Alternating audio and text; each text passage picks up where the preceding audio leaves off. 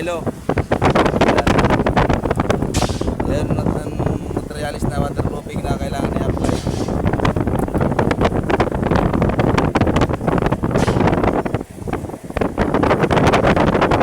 Dito yung pintura ha, cementitious na slare.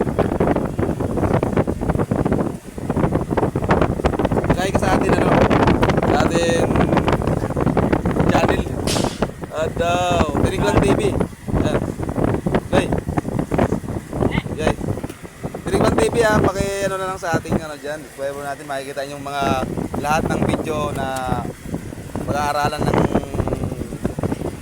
gustong pumasok sa waterproofing. Ayan o. Yan po.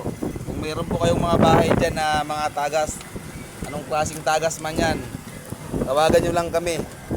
Ay kaya natin gamutin lahat dahil kami po ay isang Waterproofing International.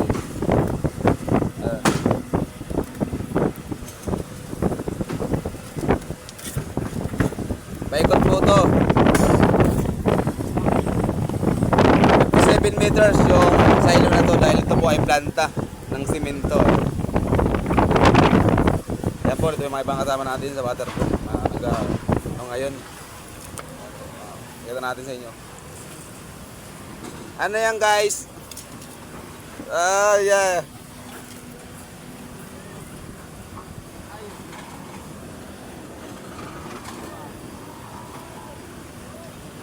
Ayan yan, natatapos na po yung ano namin dito.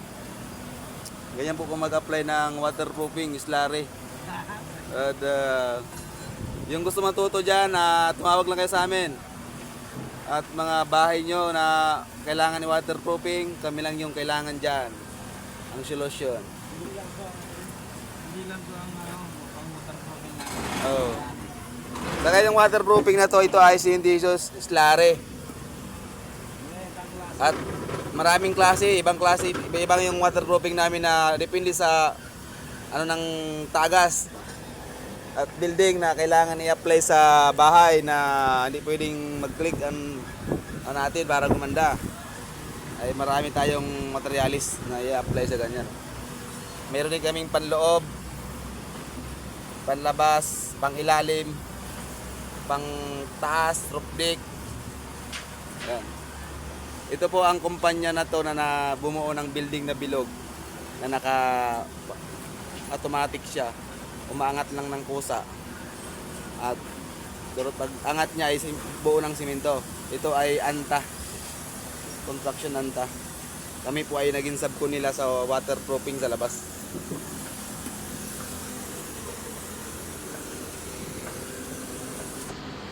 Yan.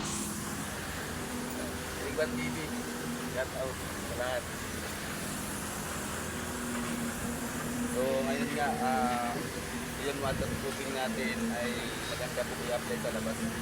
Kaya kung kailangan din nyo, subok na nyo. Ayan o. Tawagan nyo lang kami guys.